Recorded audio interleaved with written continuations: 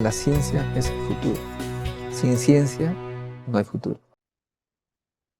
Estamos con el sociólogo, profesor universitario de la Universidad Nacional Mayor de San Marcos, con todas sus letras y palabras, para conversar sobre el tema cómo evaluar la producción científica en ciencias sociales, tema muy controvertido en todo el mundo y especialmente en el Perú, puesto que varios colegas investigadores de las ciencias sociales, conversando con este modesto conductor del programa de Ciencia Perú, me dicen pues que tienen una producción increíble de libros que lo leen miles de personas por editoriales del Congreso, de las universidades nacionales, etcétera, pero que no son reconocidos por el RENACYT, puesto que el RENACYT del CONCITEC tiene criterios que los excluye y hay veces incluso reclaman por tercera vez consecutiva, son, como se dice en Perú, choteados.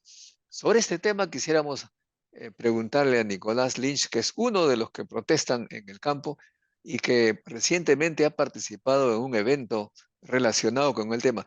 ¿Cómo estás, Nicolás? Gracias por aceptar la entrevista. Muy buenas tardes, Modesto, y muchas gracias por concederme estos minutos en tu programa. Muy bien. eh, entonces, justo estaba leyendo a Nietzsche, que en Alemania le llaman Nietzsche. Nietzsche dice que los valores, la gente tiene que usar valores que les hace crecer, ¿no?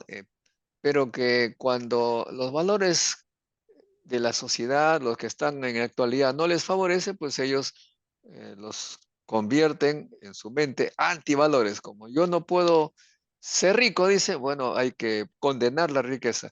Y en este caso, los científicos sociales se ven marginados por un sistema que consideran así en el Perú y por lo tanto dice, ese sistema no vale, hay que reformarlo. ¿Esa es correcta mi interpretación, Nicolás? No es un cuestionamiento a la evaluación en el campo de las ciencias sociales y las humanidades. Es un cuestionamiento a una determinada forma de evaluar la ciencia en general. En Yo general. vengo de participar en dos eventos. En el primero fui también organizador y en el segundo invitado. El primero fue un evento en Lima en el mes de septiembre, ¿no? El Foro Latinoamericano de Evaluación Científica, que es un programa de Claxo, del Consejo Latinoamericano de Ciencias Sociales, que agrupa más de 600 organizaciones de ciencias sociales, impulsó un seminario en Lima para tocar el tema de la evaluación científica en general. Vinieron vicerrectores de investigación de 8 o 9 universidades del interior del país, varios de Lima. Tuvimos también 12 invitados de fuera, incluida la directora ejecutiva de Claxo, el presidente de Redalic, que es quizás la plataforma de indexación más importante de América Latina en este momento, todos coincidiendo en un movimiento que se ha gestado, no de ahorita, en los últimos 15 o 20 años, que se llama de acceso y ciencia abierta diamante en el planeta y que recorre Estados Unidos, la Unión Europea, África, Asia, América Latina, en fin. Allí se debatió la situación tanto en el Perú como en la región del acceso abierto y se vio que felizmente en América Latina, al margen de algunos países como Perú, por ejemplo, ¿no? Pero que en México, en Brasil, en Argentina, en buena medida en Chile, se había avanzado mucho en dejar de lado la lógica comercial en la comunicación científica. ¿Qué significa la lógica comercial? Priorizar estas plataformas como Scopus, Web of Science, que admiten el cobro por leer y por publicar la producción científica, ¿no? Y se señaló que en fin, nosotros debíamos consolidar y avanzar en ese sentido, para que América Latina dejara completamente de entender la ciencia como una mercancía, sino más bien como lo que es un bien público, ¿no? Sin embargo, los peruanos presentes, estuvo también el CONCITEC, su presidente Benjamín Martí Corena, que expuso su punto de vista, ¿no? El CONCITEC camina a contracorriente, no solo, repito, en ciencias sociales y humanidades, sino en el conjunto de la evaluación científica, y pone por delante a las empresas de lógica comercial que si uno publica en una revista que está indexada en su plataforma, tiene el mayor puntaje, entre 4 y 6 puntos, y si uno no revisa, no publica en una revista que esté indexada en esas plataformas, o tiene 1 o 2 puntos, como es el caso de Cielo, o no vale lo que publica, ¿no? En fin, se desarrollaron conclusiones que salieron en una declaración de Lima que publicamos ya hace algo más de un mes, y ahí en noviembre sucedió la cumbre mundial del acceso abierto diamante, ¿no? ¿Por qué acceso abierto diamante? Porque los que están en el movimiento priorizan, repito, poner de lado la lógica comercial y no pagar por leer ni por publicar artículos ni libros producto de investigaciones, ¿no? Entonces, en esta cumbre mundial, donde fueron personas de 75 países distintos, ¿no? Y que incluía, por ejemplo, a alguien de la National Science Foundation de Estados Unidos, de el representante de ciencia de la Unión Europea, franceses, belgas, españoles, polacos, italianos, la plataforma de ciencia me sorprendió, africana, tienen una plataforma propia de circulación del conocimiento, o sea, su mega computadora que pone su producción en circulación, el encargado del Japón, de la India, ¿no? Es decir, una gama de expresiones de nuestro planeta con la cual yo no esperé encontrarme. Esto fue en México, en Toluca, entre el 23 y el 27 de noviembre, perdón, de octubre pasado, ¿no? ¿Y qué cosa es lo que se debatió y lo que se concluyó? Primero, que la ciencia es un derecho universal, un bien público, y que debe ponerse a disposición, primero de la comunidad científica, ¿no? Y luego de las organizaciones sociales, los gobiernos, la sociedad en general, con un criterio no elitista, sino democrático, con los límites que esto supone en la producción científica, pero marchando en ese camino, ¿no? Y que esto implica también que la ciencia debe ser inclusiva, multilingüe, colaborativa, ¿no? Y que debe entenderse que la evaluación tiene que desarrollarla la comunidad científica, no instituciones ajenas cuyo propósito, como toda empresa, es ganar dinero, ¿no? El presidente de la Agencia Francesa de Investigación dijo una cosa muy clara: miren, nosotros no evaluamos a los investigadores de acuerdo a la cantidad de artículos que publican, sea en la plataforma que sea. Primero, Francia tiene su plataforma de comunicación científica, la plataforma de ciencia francesa. Si uno quiere un subsidio de investigación o ser reconocido como investigador o tiene una revista que publica artículos científicos, se inscribe en esta plataforma, es evaluado y se inscribe en esta plataforma, ¿no? Y esto le garantiza visibilidad a su producción.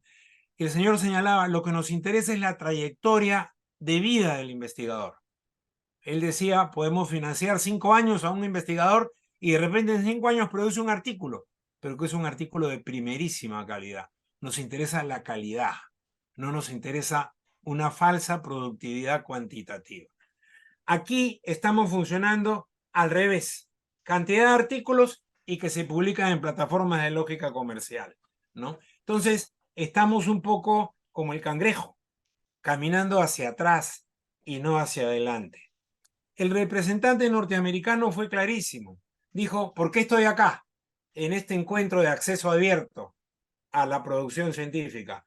porque el gobierno federal norteamericano no puede pagar más a estas plataformas de lógica comercial. La factura ya es imposible, miles de millones de dólares, porque nosotros pagamos subsidiando a las instituciones que a su vez le pagan a estas plataformas, ¿no? Entonces, por lo tanto, para defender la producción y el acceso a la investigación científica, tenemos que apoyar el acceso abierto, ¿no?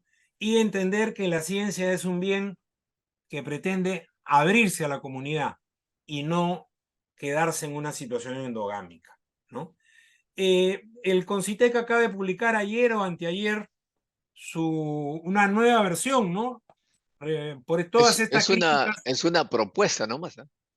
es una propuesta, efectivamente, ya ha dado 10 Está días sometida al propuestas al escrutinio diferentes, público, sí. críticas, así Y es. yo saludo que lo hayan hecho, pero leyendo la propuesta en una primera lectura que he desarrollado anoche, pensando en que teníamos esta reunión, me da la impresión que es básicamente lo mismo.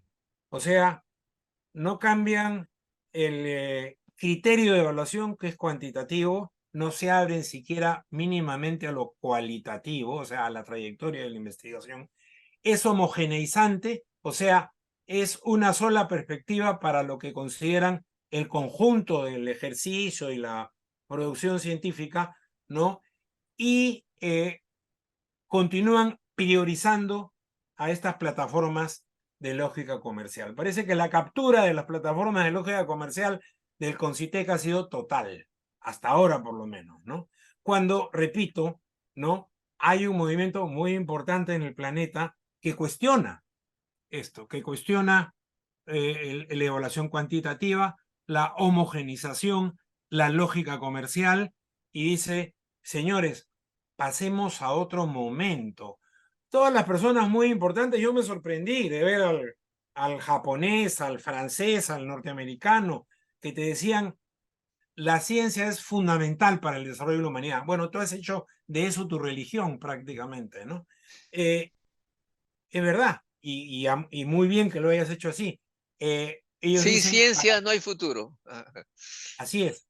Entonces, esto nos decían, bueno, si mantenemos una perspectiva cerrada, yo hice una exposición sobre la versión todavía vigente del reglamento de CONCITEC y les parecía increíble, ¿no?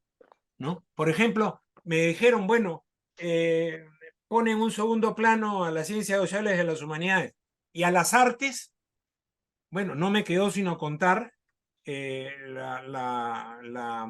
que le había sucedido a no sé si todavía será, porque pretendieron sacar a la anterior rectora de lo que se llama la Universidad de Música, aquel el conservatorio, el antiguo Conservatorio Nacional de Música, que cuando fue a Concitec no le quisieron dar plata para investigación, ¿no?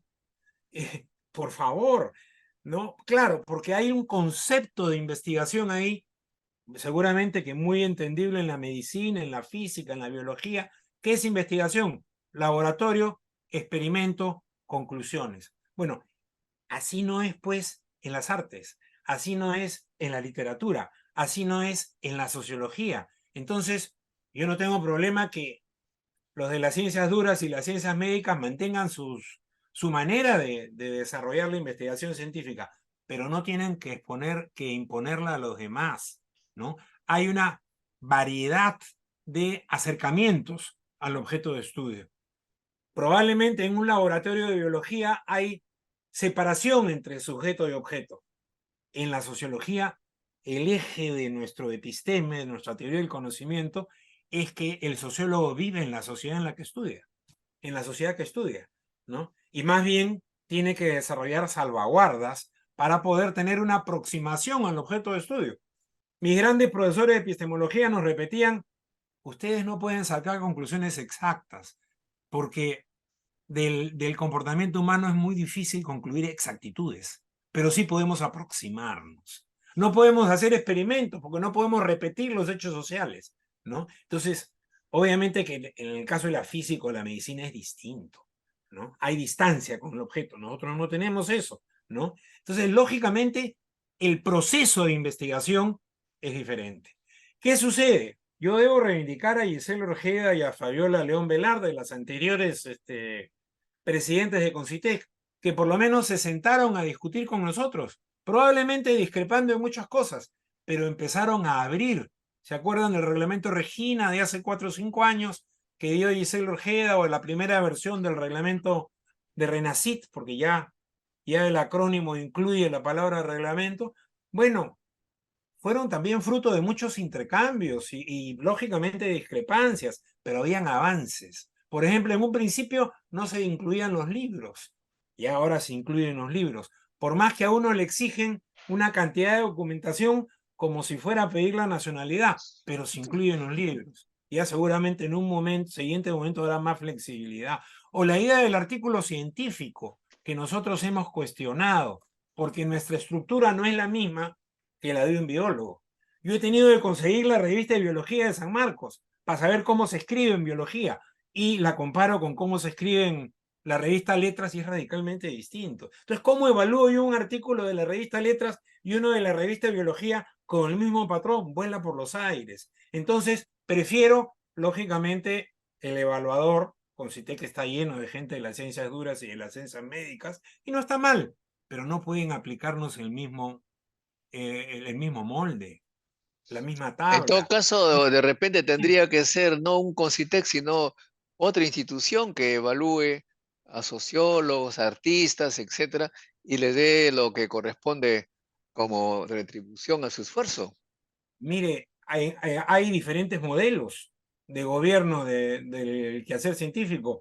Hay unos en que tienen diferentes instituciones, otros en que tienen simplemente diferentes criterios. Criterio A para esta área del conocimiento, criterio B para esta otra, criterio C para esta otra, ¿no? Pero lo que nosotros pedimos es pluralidad, pluralidad.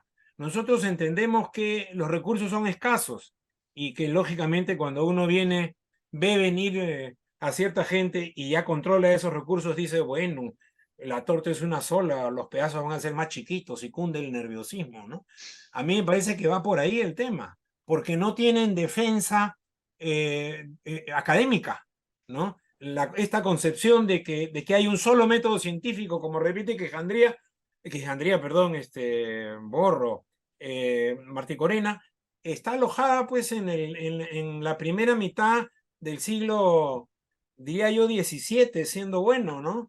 En los inicios de la modernidad, por eso fue... Lo que pasa es que efectivamente son cosas totalmente diferentes, ¿no? Porque ayer estuve, por ejemplo, antier, en un congreso, es el 20º por allí, perdón, 20º, y de filósofos. Y tiene pues una manera muy florida de hablar, complicada, que no concretan, no se puede cómo demostrar esos pensamientos, y no se puede evaluar pues, de la misma manera que un experimento científico, obviamente, pero Yo leo a ¿cómo? Einstein y no lo entiendo porque está lleno de ecuaciones. Tú Sí, dices que escuchas a un filósofo y no lo entiendes por sus términos. Obviamente porque nos desarrollamos en campos distintos. Y yo no por eso no voy a condenar a Einstein. Le voy a decir, compadrito, mientras estos jeroglíficos no me los expliques, tú no vales, ¿ya? ¿Qué es esto? claro, parece que el tema es que algunas disciplinas, disculpa que lo diga, la sociología, pues se presta para muchas divagaciones de personas que no trabajan en serio y bueno, y hay muchos pues que hacen eso, ¿no?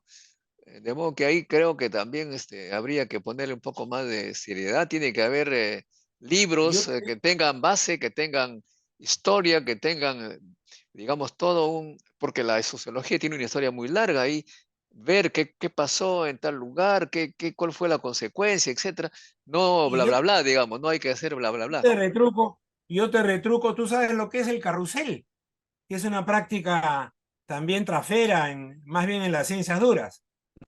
El carrusel es que tú tienes un artículo, tienes tu equipo de investigación en el laboratorio, lo firman 6, 8, 10, y de repente una llamadita al jefe de investigación, compadre, no te olvides de ponerme ahí. Y a mí me lo han contado muchos científicos, ¿no? Que trabajan en distintas instituciones, universidades, que es práctica común. Hay 5 o 6 equipos de investigación en un laboratorio, en un instituto, y todos se repiten en los artículos de otros, y así pues tienen 5 scopus, 8 scopus, o esta señora que descubrieron que tenía 40 scopus. Yo si produzco 2 al año, me doy por bien servido, y trabajo todo el día en investigación en ciencias sociales, ¿no? Y esto lo he dicho hasta el vicerrector de investigación de la Cayetano en un artículo en El Comercio, ¿no?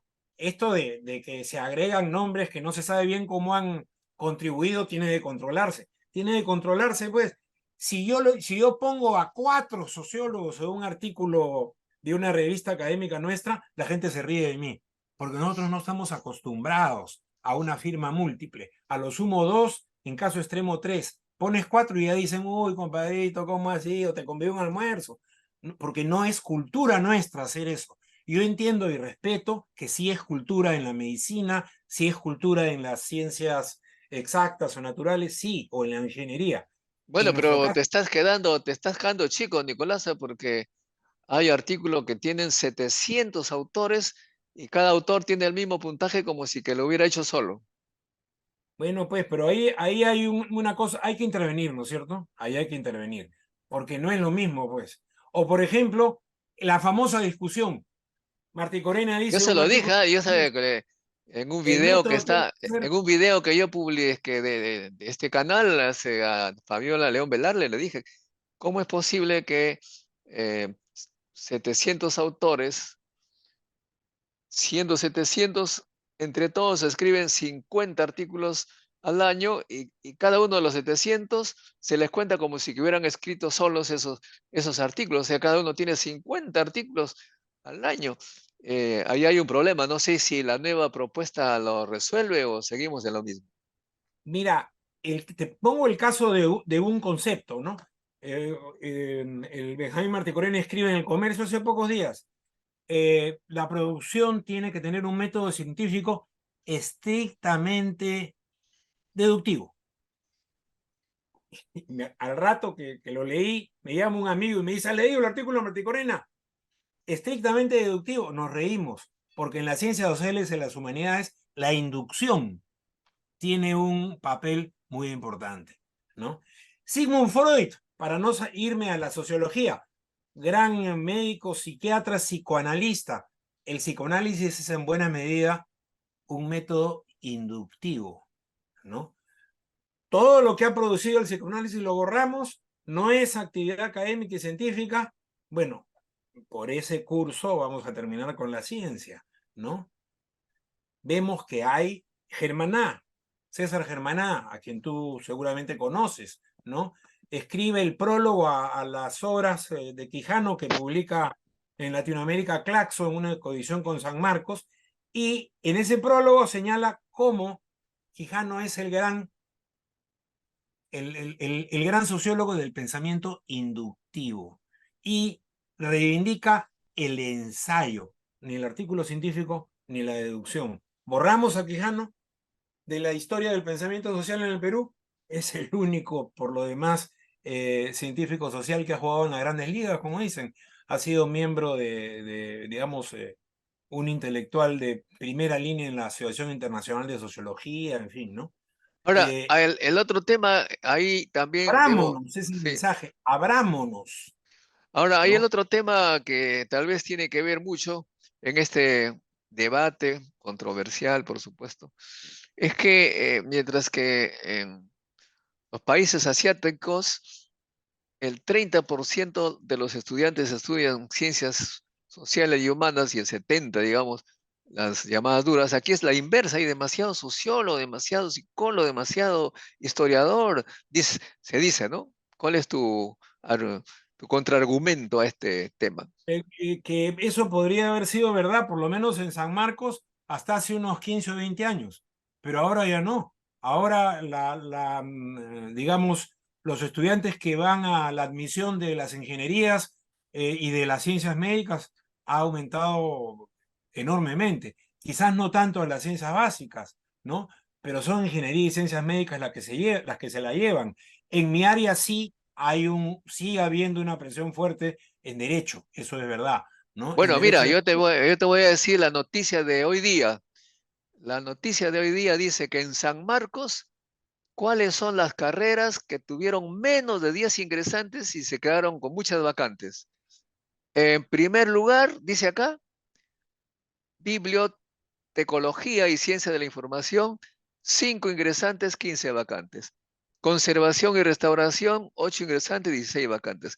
Educación inicial, que se recontra, súper importante la educación inicial para el futuro del Perú, 8 ingresantes, 12 vacantes.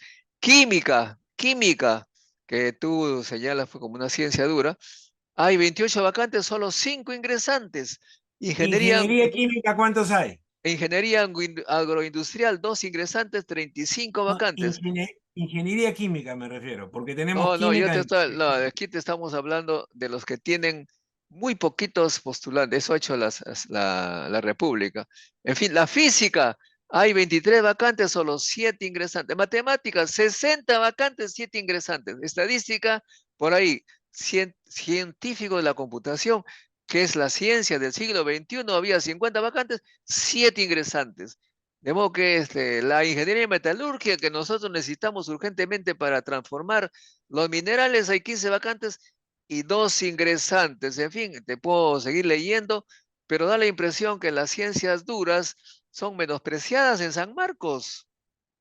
No lo pondría así. Yo creo que tendrías que tener primero todos los números sobre tu mesa y no solo la noticia, ¿no? Y Ah, segundo, si hay efectivamente un conjunto de estudiantes que acuden más a unas disciplinas que otras, ese es un tema educativo, no es bueno, un pero tema aquí que, los no sociólogos es un no tema tienen que ese tiene que ver problema. con, Los con el sociólogos, aparato, con el mira, aparato de la en ciencia. esta Entonces, lista, en esta no, lista, no confundas, no confundas. Creo que te estás confundiendo. no, no, yo no Una estoy, cosa es no, yo una cosa es solamente, cómo diriges educativamente a los estudiantes a una u otra especialidad.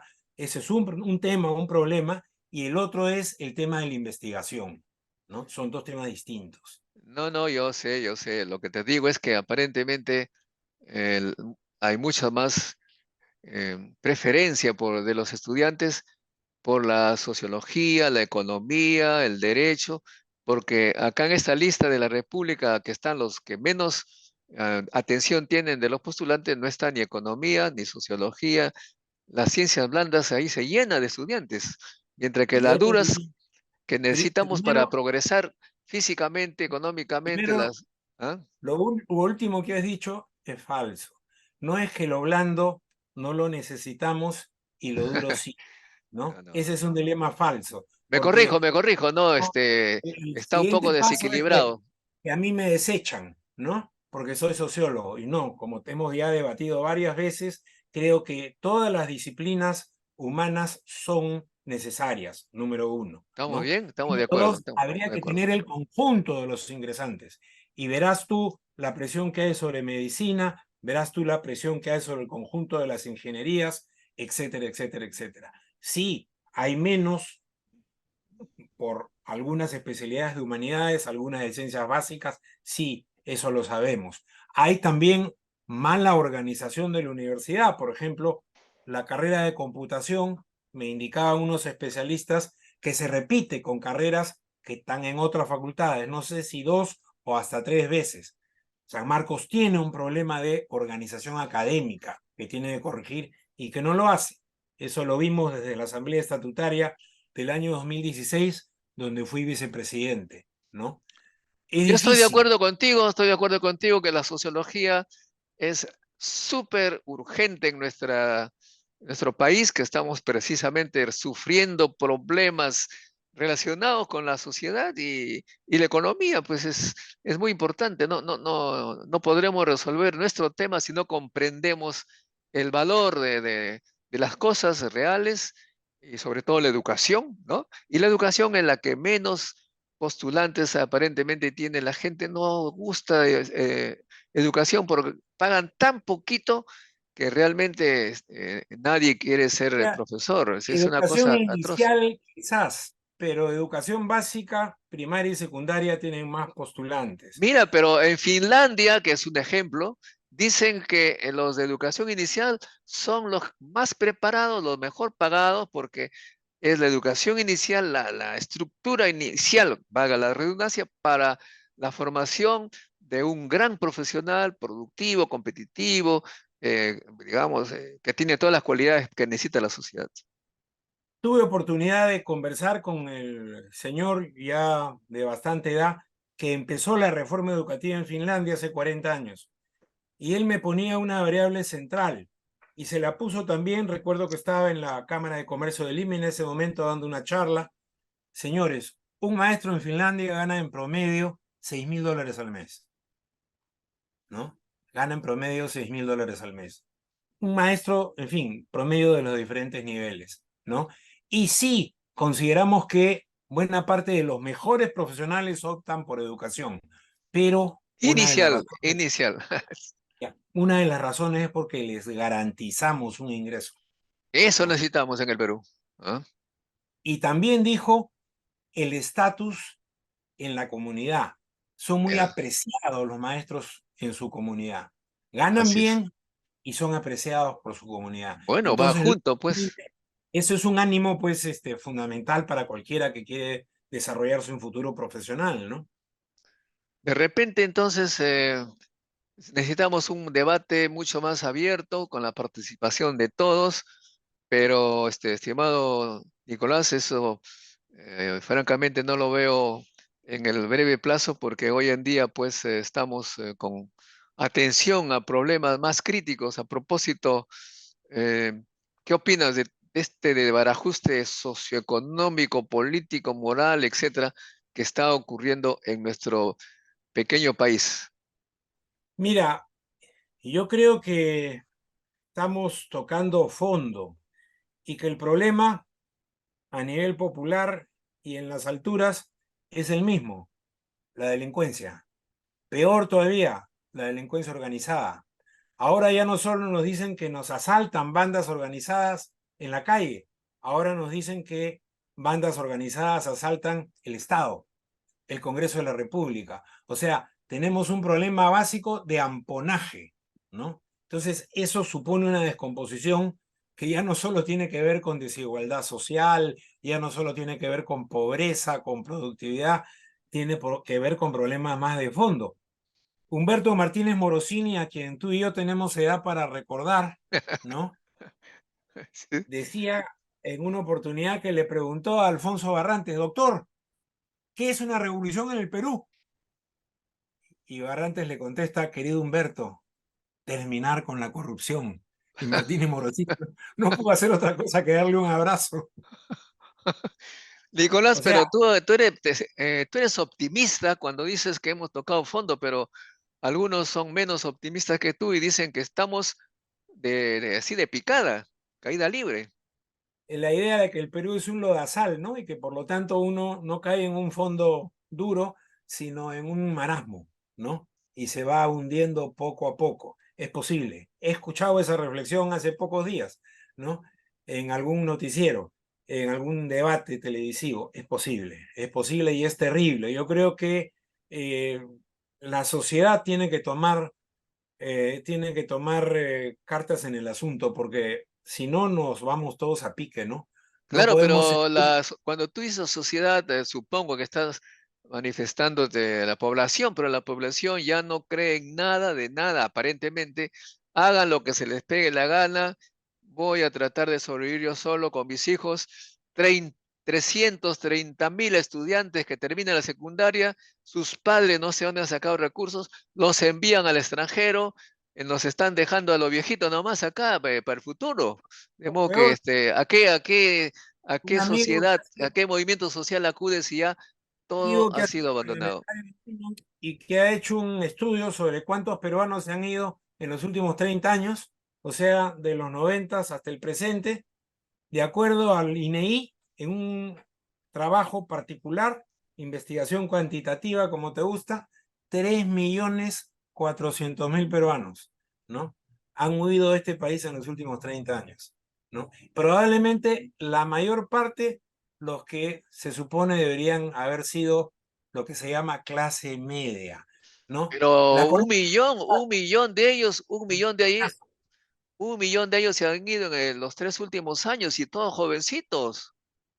gravísimo, pues por eso te digo, ¿no? Por eso te digo, hay necesidad ya el levantamiento este que hubo a principios de año es una muestra de la reacción de la sociedad. Tiene que haber una nueva reacción de la sociedad, ¿no? Para que podamos tener nuevos gobernantes. Yo creo, esto es una opinión particular, elecciones adelantadas, en fin, para que podamos producir una renovación, ¿no? Y este país pueda tener futuro. Bueno, Si no, sigues optimista, Nicolás, pero la gente están- ya no quiere manifestar de nada, ya no quiere, ya echan la toalla, ya no manifiestan la más. muerte es peor, creo yo, ¿no? La muerte es A peor. propósito, Nicolás, ¿tus hijos están en el Perú o en el extranjero? Tengo mi hija mayor acá en el Perú y un hijo que está estudiando afuera, sí. A veces estamos kif kif. Bueno, es dramático, pues no sé qué decir a nuestros seguidores. Estaba ayer en una charla antier, como decía, los jóvenes, realmente depende de los jóvenes para definir el futuro del Perú y para ello tienen pues que organizarse adecuadamente, nada de violencia y de tratar pues, si quieren quedarse en el país, que este país sea más o menos un país que se pueda vivir decorosamente, sin tanta ansiedad ni tanta inseguridad. Muy bien, Que haya tus, país, nos encontramos ante ese desafío, que haya país, ¿no? Estamos en riesgo de no tener país con estos escándalos. ok, son tus últimas palabras en este programa. Que haya país, estimados amigos, es el llamado de Nicolás. Muchísimas gracias, Nicolás, te agradezco y con los Gracias, otros Noé. amigos, Gracias. con los otros amigos será hasta un próximo encuentro con la ciencia. Chao, chao. Hasta luego. La ciencia es el futuro. Sin ciencia no hay futuro.